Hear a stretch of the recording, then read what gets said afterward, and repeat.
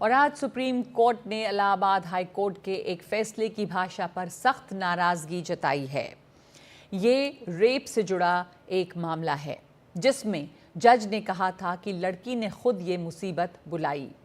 इसके पहले Allahabad high court में ही एक अन्य मामले में जस्टिस राम मनोहर मिश्रा की एक टिप्पणी पर भारी हंगामा हुआ था, जिसमें जस्टिस राम मनोहर मिश्रा ने ये कहा था कि एक लड़की के निजी अंग पकड़ना और नाड़ा तोड़ना, उसे पुल तक ले जाना रेप नहीं है। तब भी सुप्रीम कोर्ट ने इलाहाबाद हाई कोर्ट की ये टिप्पणी हटाई थी।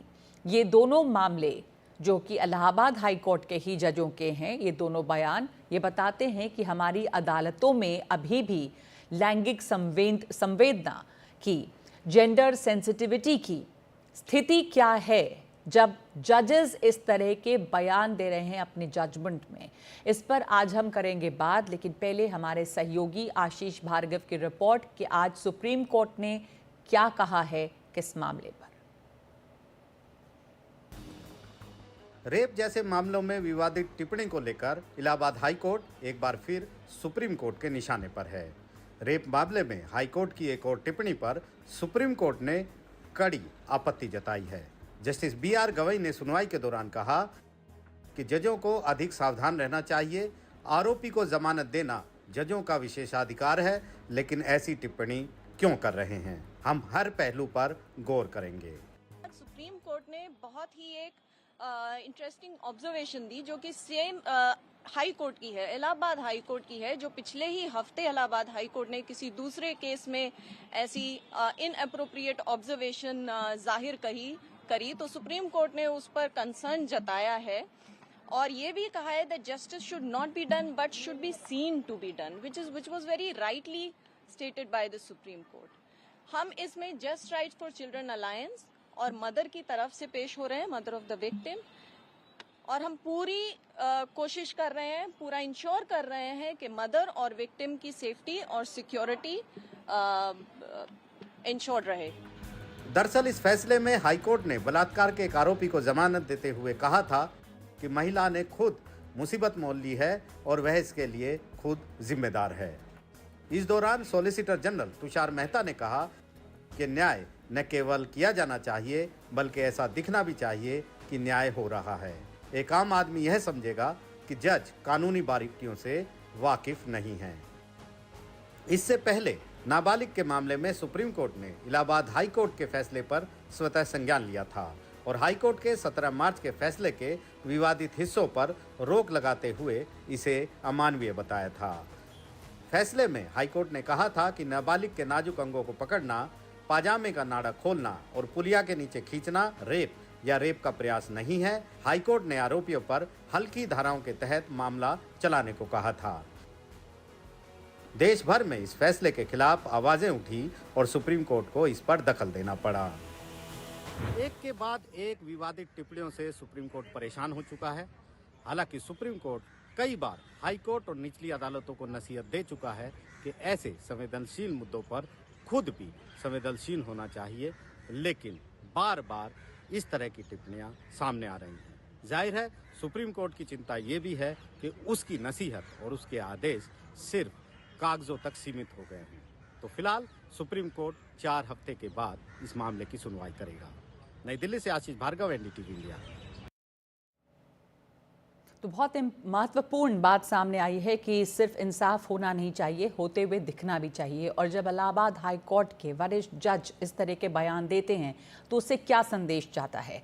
हमारे साथ वरिष्ठ अधिवक्ता जुड़ गए हैं इस समय, केसी कौशिक जो वरिष्ठ अधिवक्ता हैं सुप्रीम कोर्ट में।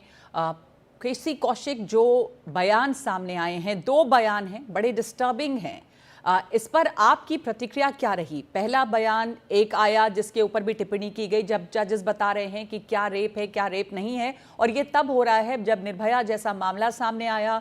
उसके बाद बहुत सारे बदलाव किए गए, बल्कि सेंसिटाइज करने की बहुत तमाम कोशिशें हुई, लेकिन उसके बाद जो अभी लेटेस्ट बयान है जिसमें कि पीड़ित को ही बलात्कार के लिए एक तरह से जिम्मेदार ठहराया, जिस पर अब सुप्रीम कोर्ट ये कह रही है कि ये नहीं होना चाहिए था। तो ये किस तरह की जेंडर इंसेंसिटिविटी दिखाता है इतने ऊंचे स्तर पर भी। मेरे हिसाब से तो दोनों ही स्टेटमेंट दुर्भाग्यपूर्ण हैं। इस तरह के स्टेटमेंट देना किसी भी न्यायाधीश को शोभा नहीं देता है। सबसे बड़ी बात यह है कि जो हम ट्रेनिंग की बात करते हैं, लोअर जुडिशरी की ट्रेनिंग की बात करते हैं कि उनको संवेदनशील होना चाहिए, उनको रेगुलर ट्रेनिंग देते हैं। यदि इस तरह की टिप्पणी संविधान पीठ के जो जो न्यायाधीश है हाई कोर्ट में उन्होंने बंद नहीं की, तो आने वाले समय में मेरा मानना है उनको भी क्या नाम है इस तरह के जो स्टेटमेंट देते हैं उसको मद्देनजर रखकर सुप्रीम कोर्ट को उनके लिए भी कोई गाइडलाइंस इश्यू करनी पड़ेंगी। तो अभी क्या गाइडलाइंस हैं केसी कौशिक साहब, और निर्भया के बाद क्या बदला है? क्या जेंडर सेंसिटाइजेशन भी होता है कोर्ट्स में? जजेस को इसके बारे में जानकारी तो होती ही होगी, और हम इलाहाबाद हाई कोर्ट की बात कर रहे हैं, जैसे आपने कहा कि लोअर जुडिशरी, उसकी भी बात नहीं है ये। देखिए मेरा मानना है कि हम किसी पर्टिकुलर हाई कोर्ट को ये कहे कि इस हाई कोर्ट में ऐसा होता है, इस बात से मैं आपकी एग्री नहीं करता। नहीं, मैंने ये नहीं कहा कि इस हाई कोर्ट में ऐसा होता है। हमने कहा कि इलाहाबाद हाई कोर्ट जो है, ऐसा नहीं कि आप किसी लोअर जुडिशरी में कहीं कह रहे हैं। हमने ये कहा कि इस तरह के बयान आ रहे हैं जिस पर सुप्रीम कोर्ट को ये स्वतः संज्ञान लेते हुए ये टिप्पणी करनी पड़ी है। तो क्या जेंडर सेंसिटाइजेशन होता है एट द हाईएस्ट लेवल? देखिए जेंडर सेंसिटाइजेशन तो सबकी हमारी नैतिक जिम्मेदारी, जब हम समाज में रह रहे हैं, चाहे हम संविधान पीठ के न्यायाधीश हैं, चाहे हम कहीं पर भी बैठे, हमको जेंडर सेंसिटाइजेशन तो होना ही चाहिए। तो अभी गाइडलाइंस कुछ हैं क्या, मैं ये भी जानना चाहती हूँ। हमारे साथ इस समय जुड़ गए हैं जस्टिस सुधीर सक्सेना भी, जो रिटायर्ड जज हैं इलाहाबाद हाई कोर्ट के। इलाहाबाद हाई कोर्ट के 2 जजेस के बयान के वजह से हम आज ये चर्चा कर रहे हैं। जस्टिस सुधीर सक्सेना की क्या बदला है? इतना बड़ा हादसा हुआ था निर्भया का मामला, जिसके बाद बहुत सारे कानून बदले, लेकिन अब आप देखें कि रेप की परिभाषा से लेकर पीड़ित को ही रेप के लिए जिम्मेदार बताना, अब भी ये बयान जजेस की तरफ से आ रहे हैं। आपकी टिप्पणी इस पर? जस्टिस सक्सेना जी, मेरी आवाज आ रही है आपको? जी आ रही है, कहिए। कि ये जो कंट्रोवर्सी हो रही है रिसेंटली, जी, ये जो दो ऑर्डर्स इलाहाबाद हाई कोर्ट के आए हैं, जिनसे फिर से इलाहाबाद हाई कोर्ट न्यूज में आ गया है। रिसेंट ऑर्डर है जस्टिस संजय सिंह का है। इसमें उन्होंने ये कहा था, इसके फैक्ट्स आप देखिए। उन्होंने कहा था कि लड़की खुद गई थी, she took drinks and thereafter she complains she was raped. मान लिया, हम लोगों को याद है, आपको एक पिंक पिक्चर आई थी अमिताभ बच्चन की, एंड उसमें उसने कहा था कि no can be said any time, even wife can say no. इस केस में कोई ऐसा मटेरियल नहीं है कि किसी स्टेज पे नो कहा गया हो, बट देन हम मांग के चलते हैं कि ठीक है, शी वाज अनविलिंग। जब बेल ऑर्डर करते हैं एक जज, एक दिन में 50-60 के केस होते हैं, तो उसमें हमें कुछ ना कुछ आर्गुमेंट देना पड़ता है बेल देने के लिए, वरना सुप्रीम कोर्ट कहता है रीजंस नहीं दिया आपने। उस भविष्य में लिखाना है कि she herself was consenting party, ये लिखाना था, लेकिन लिख गया ये कि शी हरसेल्फ इनवाइटेड ट्रिब्यूनल। तो ये ऐसा नहीं कि उनका इंटेंशन ये था कि ट्रायल को इफेक्ट करना था। ये सही है कि इस ऑब्जर्वेशन से ट्रायल इफेक्ट हो जाएगा, इसीलिए सुप्रीम कोर्ट ने इसमें नोटिस लिया है। सुप्रीम कोर्ट की ड्यूटी भी है कि पेशेंट को शांत करना है, कम से कम जुडिशरी की इमेज बाहर खराब न जाए। तो ये जुडिशरी की इमेज इससे खराब हुई है जब सुप्रीम कोर्ट इस बात को कह रहा है। निश्चित रूप से कहीं ना कहीं ये मैसेज तो जा रहा है, एज ए लड़कियां अगर शराब पी रही है साथ जा रही, then that they are consenting to rape intercourse also. Justice Saxena, अगर लड़कियां शराब पी रही हैं या बाहर जा रही हैं, इसका मतलब ये नहीं होता कि उनके साथ बलात्कार हो। एग्जैक्टली यही सुप्रीम कोर्ट ने इसीलिए इंटरफेयर किया है। सुप्रीम कोर्ट कहा कि अगर शराब पी रही है, बाहर जानी, शॉर्ट ड्रेसेस में है, when that doesn't consenting of going out का मतलब ये नहीं that there is a consent for rape. Further, yes, you are right, absolutely right, I fully agree. That is Supreme Court ने interfered. Supreme Court इसीलिए interfere किया है कि सिर्फ ये कहना साथ जाने का मतलब ही नहीं था, लेकिन हालांकि इस केस में एविडेंस नो की नहीं आई है। इन एनी केस ये कमेंट आउट ऑफ कॉन्टेक्स्ट इसे देखा जा रहा है। बेल ऑर्डर लिखाते वक्त एक तो भावेश में लिख जाती है, जज नेवर इंटेंड, जज इज वेरी गुड जज, आई नो हिम, जज का कोई इंटेंशन नहीं था, और जज ने, क्योंकि देखिए ऐसा होता है, बहुत सारे केस ऐसे आ रहे हैं। आप कह रहे हैं जस्टिस सक्सेना कि एक तरह से आउट ऑफ कॉन्टेक्स्ट बयान को भी लिया गया, उनका इंटेंट कुछ और था, उन्होंने आज और कुछ और कह दिया। केसी कौशिक, आप अग्री करते हैं? इंटेंट क्या था, कह क्या दिया, इससे भी ये साफ होता है कि उनमें ये संवेदनशीलता नहीं रही और कहीं ना कहीं ये बात सामने आती है, जुडिशरी की इमेज भी आती है कि ये जेंडर सेंसिटिविटी भी नहीं है और एक तरह से विक्टिम ब्लेमिंग खुद कोर्ट से हो रही है। देखिए मैं दोनों बातों से, आपकी बातों से सहमत इसलिए हूं कि आउट ऑफ कॉन्टेक्स्ट ये लाइन आई है। ये लाइन अवॉइड होनी चाहिए थी। इस लाइन की इस बेल ऑर्डर में कहीं जरूरत नहीं थी।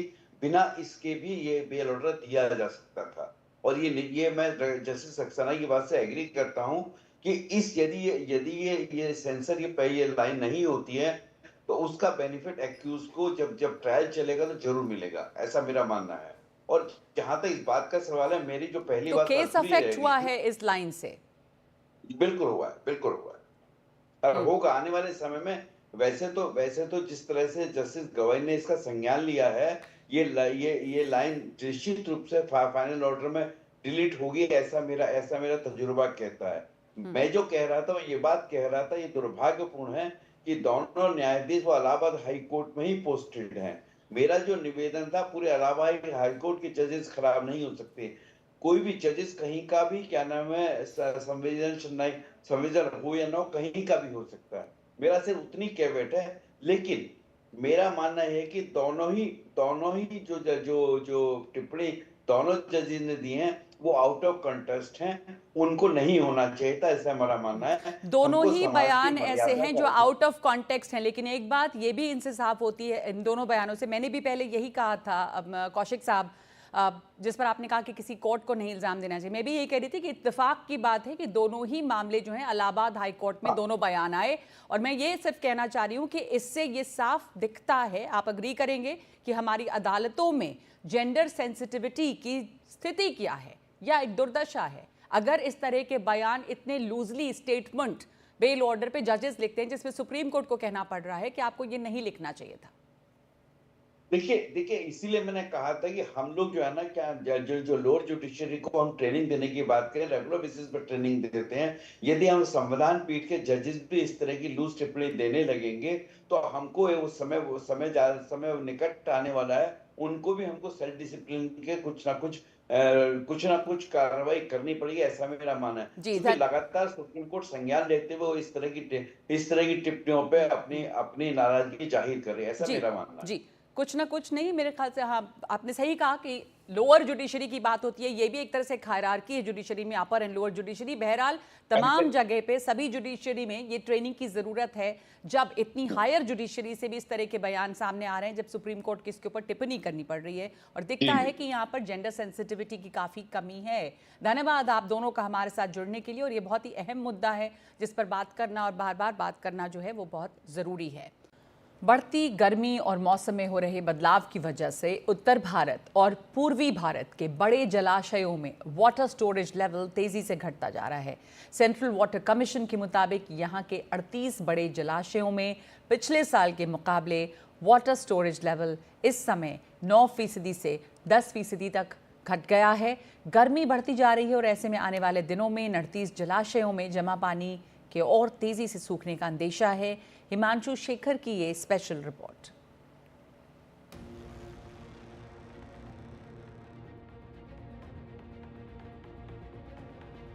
जैसे जैसे गर्मी बढ़ रही है, जलाशयों में पानी कम होता जा रहा है।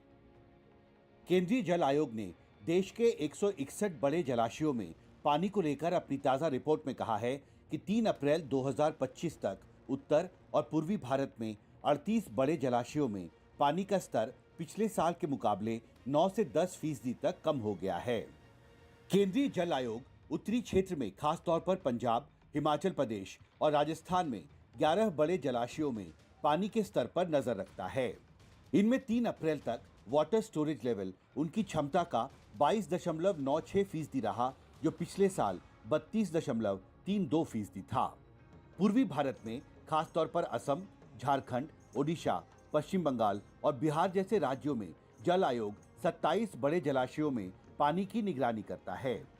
इस साल 3 अप्रैल तक इन बड़े जलाशयों में पानी का स्तर 37.64% रिकॉर्ड किया गया है, जो पिछले साल 3 अप्रैल को 47.08% था। नॉर्दर्न रीजन की तो बात करें तो हम लोग, जैसे हमको पता है कि इस साल सर्दियां बहुत कम रही हैं और स्नोफॉल, बर्फ़ भी कम पड़ी है नॉर्दर्न हिमालयन रीजन में। तो उत्तरी भारत के जलाशय जो हैं वो तो काफ़ी सारे जो हैं सिर्फ बारिश से नहीं फीड होते हैं, वो स्नो मेल्ट से फीड होते हैं। क्लाइमेट चेंज स्पेसिफिक तो इस वक्त नहीं बोल सकते हैं, क्योंकि क्लाइमेट चेंज से जो हो रहा है, जो हम देख रहे हैं पिछले सालों में, वो हमारे टेम्परेचर बढ़ता जा रहा है और क्लाइमेट चेंज से हमारे जो ग्लेशियर्स फॉर्म होते हैं उत्तरी भारत में, हिमालयस में, वो रिसीड हो रहे हैं। बट वो भी इतने ज़्यादा नहीं रिसीड हुए हैं कि वो ओवरऑल पानी को इफेक्ट करेगा। मौसम विभाग ने आने वाले हफ्तों में गर्मी और बढ़ने की चेतावनी जारी की है। ऐसे में जलाशयों में जमा पानी के तेजी से कम होने की आशंका है। पानी कम हो गया है तो हमको ऑब्वियसली ध्यान से करना है। तो जैसे शायद मैंने एक बारी पहले भी बताया था आपके इंटरव्यू में कि नेशनल वाटर पॉलिसी है एक गवर्नमेंट ऑफ इंडिया की, उसमें सबसे पहली प्रायोरिटी जो है वो पीने के पानी के लिए है, जो कि परसेंटेज बहुत कम है, हार्डली 5% पानी जो है वो पीने के पानी में यूज़ होता है। बट एग्रीकल्चर को उसके बाद हमको देख के देना पड़ेगा कि कैसे हमारे पास कितना पानी है और उसको लॉन्ग टर्म सस्टेन करने के लिए, ताकि मई एंड तक या जून बिगनिंग तक हम पानी दे सकें जो हमारे फार्मर्स की रिक्वायरमेंट है पानी की। उसको सस्टेन करने के लिए थोड़ा सा राशनिंग टाइप ऑफ वो करना पड़ेगा। हालांकि राहत की बात है कि पश्चिमी भारत, दक्षिण भारत और मध्य भारत के बड़े जलाशयों में 3 अप्रैल तक औसत से ज्यादा पानी रिकॉर्ड किया गया है। इसकी वजह से देश के 161 बड़े जलाशयों में कुल क्षमता का 39.98% पानी जमा है, जो पिछले साल के मुकाबले 14.23% ज्यादा है। आने वाले हफ्तों में जैसे जैसे गर्मी बढ़ती जाएगी, देश के बड़े जलाशयों में जो पानी का स्तर है, जो वाटर स्टोरेज लेवल है, वो भी धीरे धीरे घटता जाएगा। मॉनसून 1 जून के आसपास केरल तट से टकराता है और इसे उत्तर भारत और पूर्वी भारत के राज्यों में पहुंचने में करीब 4 हफ्ते का वक्त लगता है। ऐसे में आने वाले दिनों में भारत सरकार को देश के बड़े जलाशयों में पानी के स्तर पर कड़ी नजर रखनी होगी। दिल्ली से कैमरा पर्सन राकेश सिंह के साथ हिमांशु शेखर, एनडीटीवी इंडिया।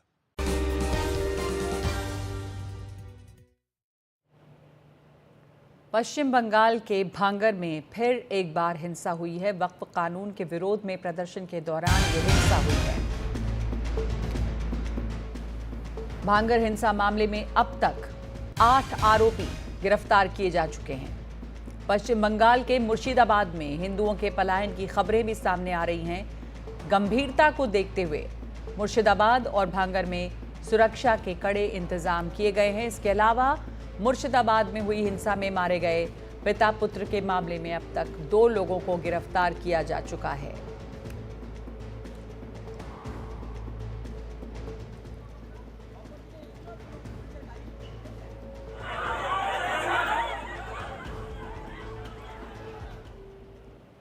और बंगाल में हो रही हिंसा पर उत्तर प्रदेश के मुख्यमंत्री योगी आदित्यनाथ ने एक बड़ा बयान दिया है। उन्होंने कहा कि दंगाई डंडे से ही मानेंगे। साथ ही कहा कि बंगाल हिंसा पर कांग्रेस और सपा खामोश है।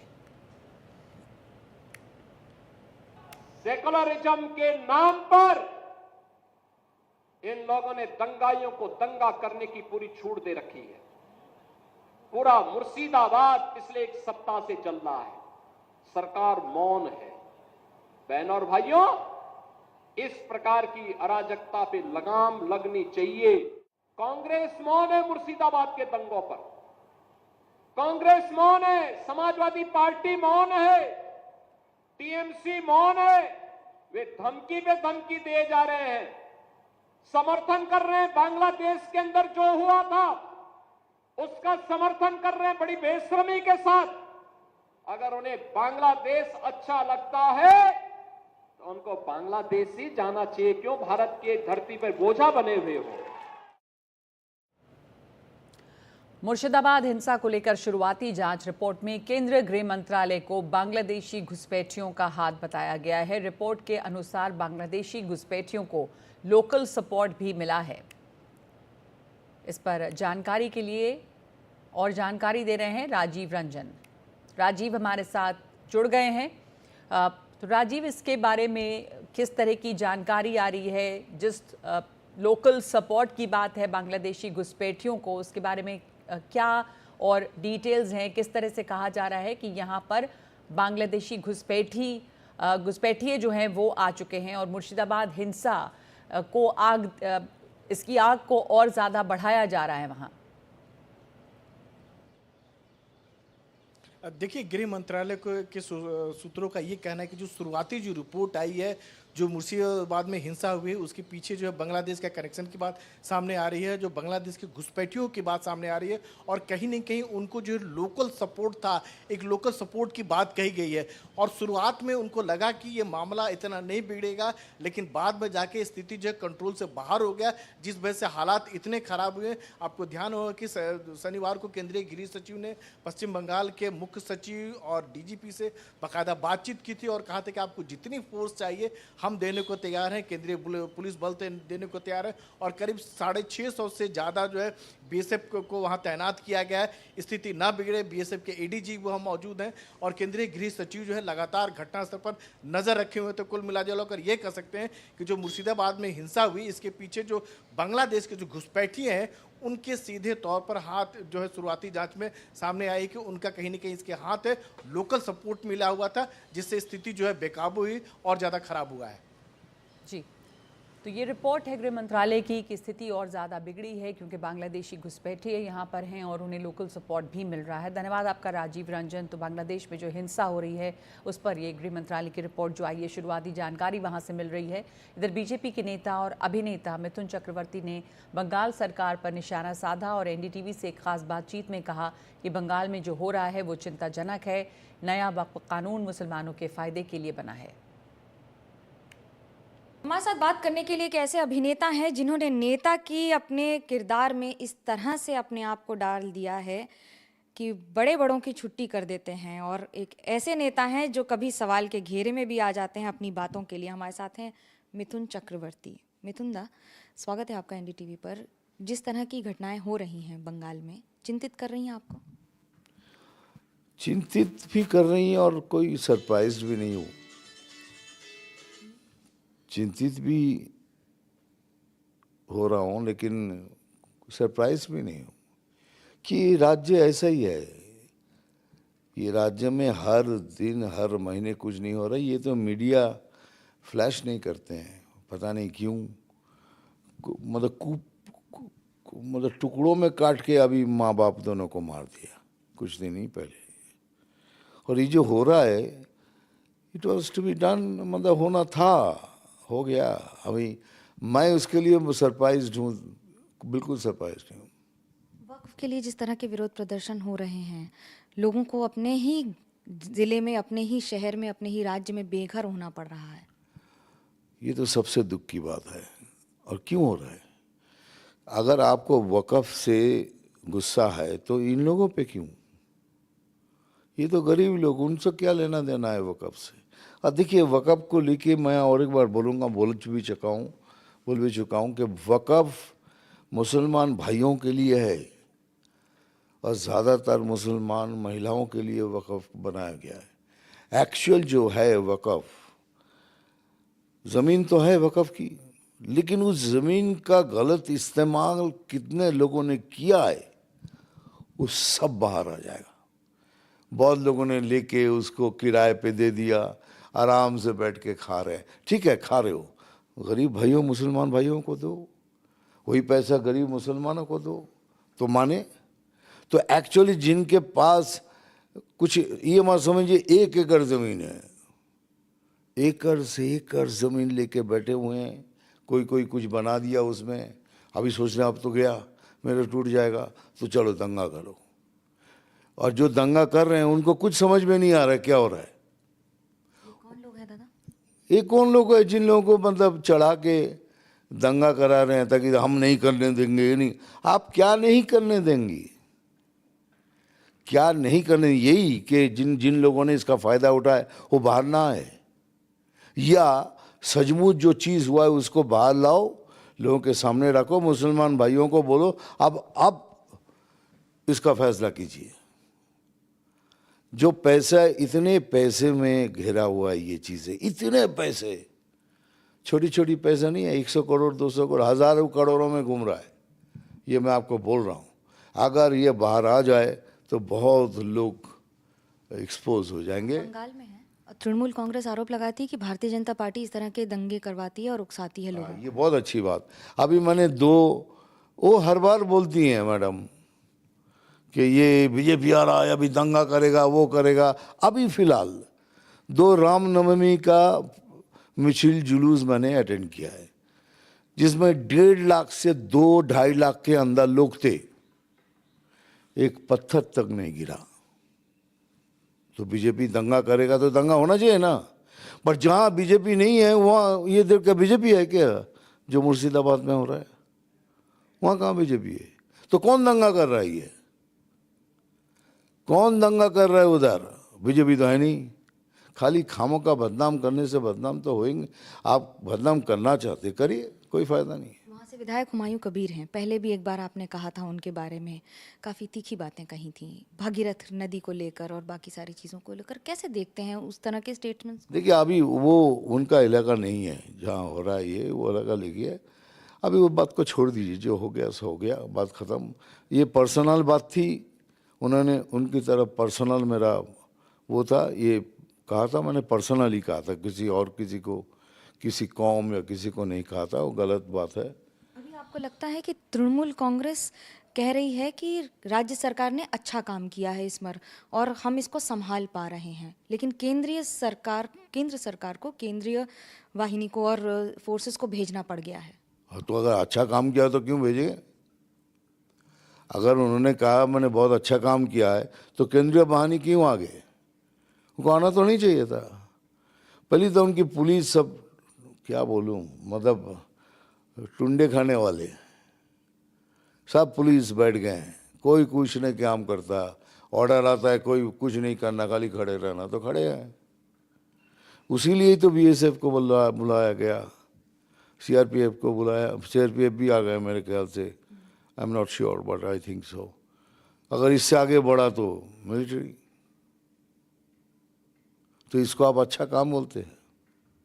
लगता है तृणमूल कांग्रेस के नेता भी इसके पीछे हैं क्या? ये आरोप लगा रहे हैं आप ऐसा कुछ? डायरेक्टली नहीं, indirectly, subdirectly, indirectly, all of them they are behind this. नहीं तो ये 1 सेकंड लगेगा। राज्य सरकार अगर डिसाइड कर लिया इसको बंद करो, 1 सेकंड में बंद हो जाएगा। 1 सेकंड लगेगा। ना बीएसएफ की जरूरत होगी, ना सीआरपीएफ, किसी की जरूरत नहीं होगी। खाली पुलिस का ऑर्डर दे, बंद करो इसको। देखिए, 1 दिन में नहीं बंद हुआ तो नाम बदल दीजिए। आपको लगता है कि खाली हिंदुओं की दुकानें, उनके घर और हिंदुओं को टारगेट करके ये किया जा रहा है, खास तौर से इन इलाकों में? आपको लगता है कि इसके सिवा और किसी कोई टारगेट हो रहा है? आपसे सवाल पूछ रहा हूँ, क्यों मैं एक ऐसा आदमी हूँ, मैं इंटरव्यू देता हूँ, सवाल का जवाब देता हूँ और सवाल पूछता हूँ, आपको भी जवाब देना पड़ेगा। आपको पूछे, हिंदू के सिवा और किसी का घर लूटा जा रहा है? अभी तक हमने नहीं देखा ऐसा, नहीं देखा। खास तौर से उन इलाकों में जहाँ पर 80% से ज़्यादा मुस्लिम आबादी है। तो इसका मतलब हिंदू के सिवा और किसी का घर नहीं है ना? तो यही तो होना था। मैं लेकिन एक बात बोलता हूँ, इसमें स्लीपर सेल भी इन्वॉल्व हो गया होगी, जो सुन रहा हूँ मैं। स्लीपर सेल था, वो भी इन्वॉल्व हो गए। ज़्यादातर जो लोग हैं पड़ोस के देश से आए हुए हैं, क्योंकि इनका लेना देना पश्चिम बंगाल की अच्छाई से कुछ नहीं है। और एक मैं बात बोल देता हूँ, बहुत बड़ी बात बोल रहा हूँ, कि हिंदू लोग तो टारगेट है ही और होगा भी आगे।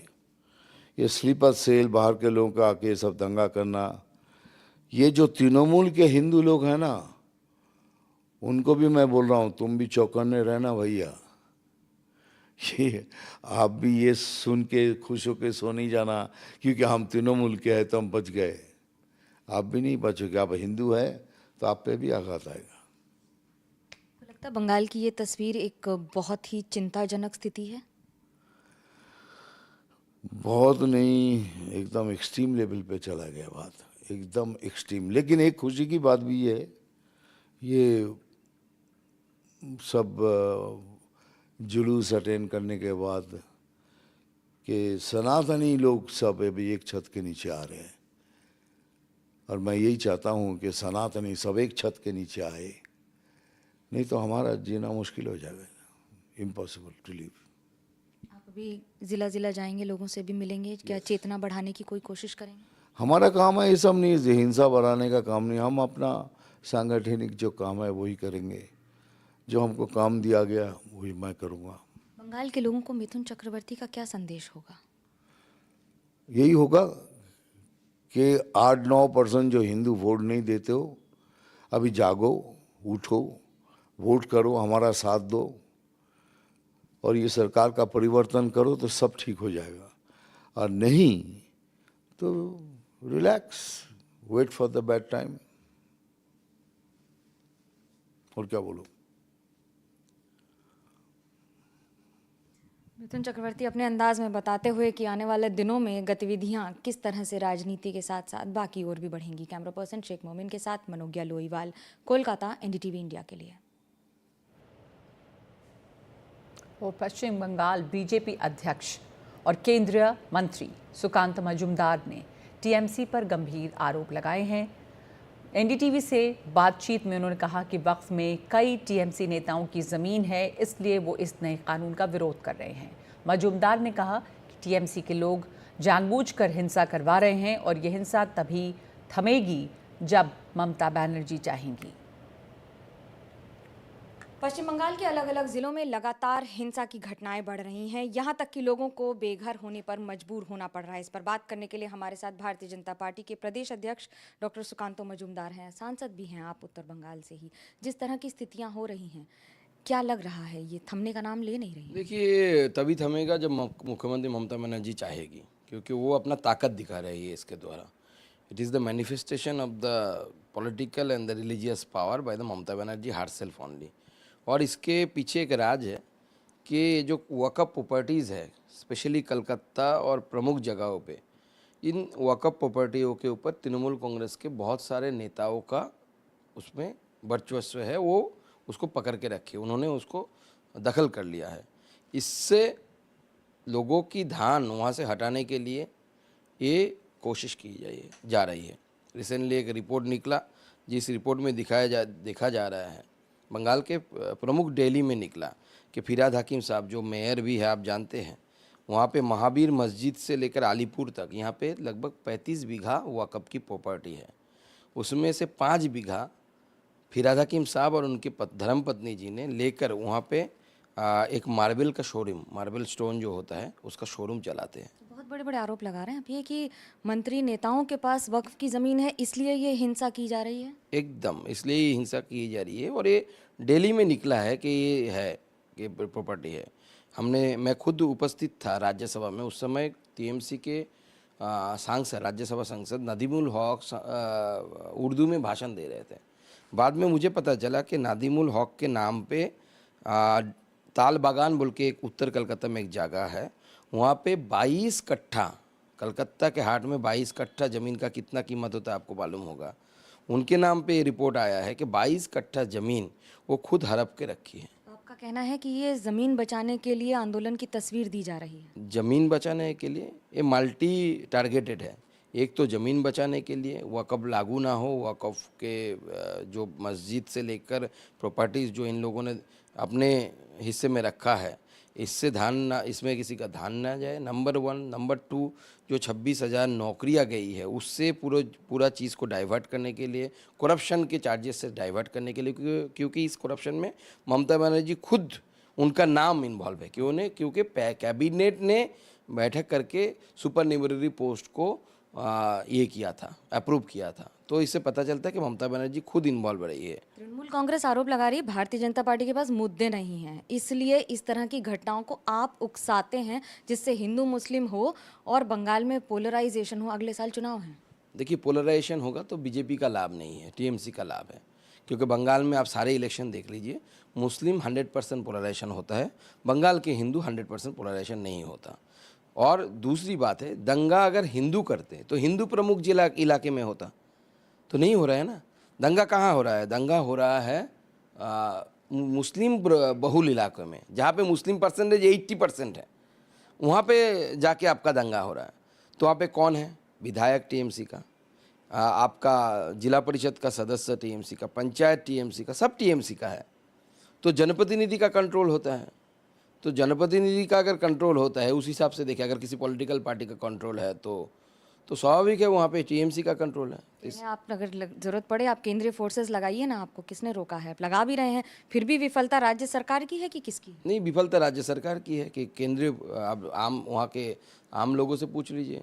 केंद्र सरकार पैरामिलिट्री फोर्सेस दे रहे हैं, पैरामिलिट्री फोर्सेस को चलाने का, यानी कहाँ जाएगा, कहाँ पेट्रोलिंग करेगा, कहाँ बैठे रहेगा, सब स्टेट गवर्नमेंट कर रही है। और लोकल्स आपको बताएंगे कि जहाँ पे मुस्लिम्स गूंस आके हमला कर रही है, वहाँ पे नहीं भेज के दूसरी जगह पे उन्हें घुमाया जा रहा है। लोकल्स बताएंगे, आप जाइए ग्राउंड फील्ड में तो हिंदू बता देंगे, हिंदू बता देंगे। कहना है कि फोर्सेस को भी गलत जगह भेजा जा रहा है स्ट्रेटेजिकली। एकदम भेजा जा रहा है, इसलिए तो हमें ऊपर से फोर्सेस को मोबिलाइज कराना पड़ रहा है। हम ऊपर भेज रहे हैं कि यहाँ पे बॉम्बिंग हो रही है, आप जाइए, तब वहाँ पे जाके बीएसएफ पहुँच रहा है। ये डर बढ़ाने की तरीका है? एकदम डर बढ़ाने की। और ममता बनर्जी के लिए ये सारे लोग हैं जो दंगा करा रहे पीछे रहकर, जो सांप्रदायिक ताकतें होते हैं, जो फेनेटिक लोग होते हैं, ये हर इलेक्शन में ममता बनर्जी के लिए उतरते हैं ज़मीन पर। तो ममता बनर्जी अपने मालिक को, अपनी आकाओं को प्लीज कर रहे हैं। वो तो कह रही बैठक भी करेंगी सबके साथ और उसके बाद सबको समझाएंगे। करेंगे वो तो उलेमाओं के साथ बैठक करेंगे। उनको तो उस हिंदू महिलाओं के साथ बैठक करना ज़रूरी था, जिन्होंने मुझे कल बताया कि कैसे उनके कपड़े को पकड़ के छीना गया, मतलब उनको मोलेस्टेशन करने का, रेप करने का कोशिश किया। उन महिलाओं के साथ बात करनी चाहिए कम से कम फ़ोन पे।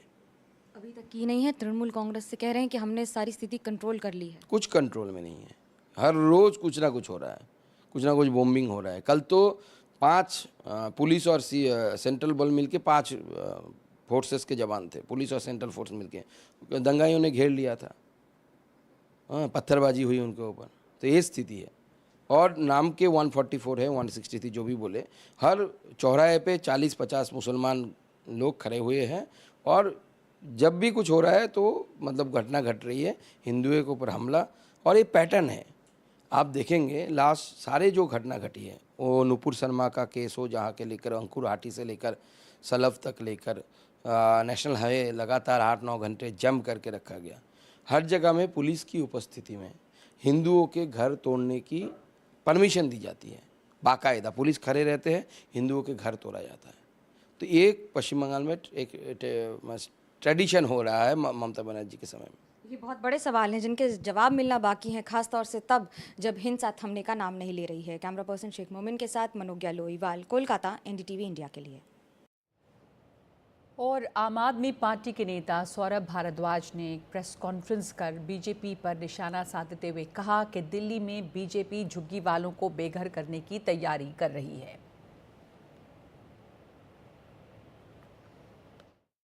भारतीय जनता पार्टी इस तरीके से तमिलनाडु के हमारे भाइयों के साथ ये अत्याचार कर रही है, और केंद्र सरकार है, डीडीए है, वो भारतीय जनता पार्टी तमिलनाडु में क्या कह के वोट मांगेगी, मैं ये जानना चाहता हूं।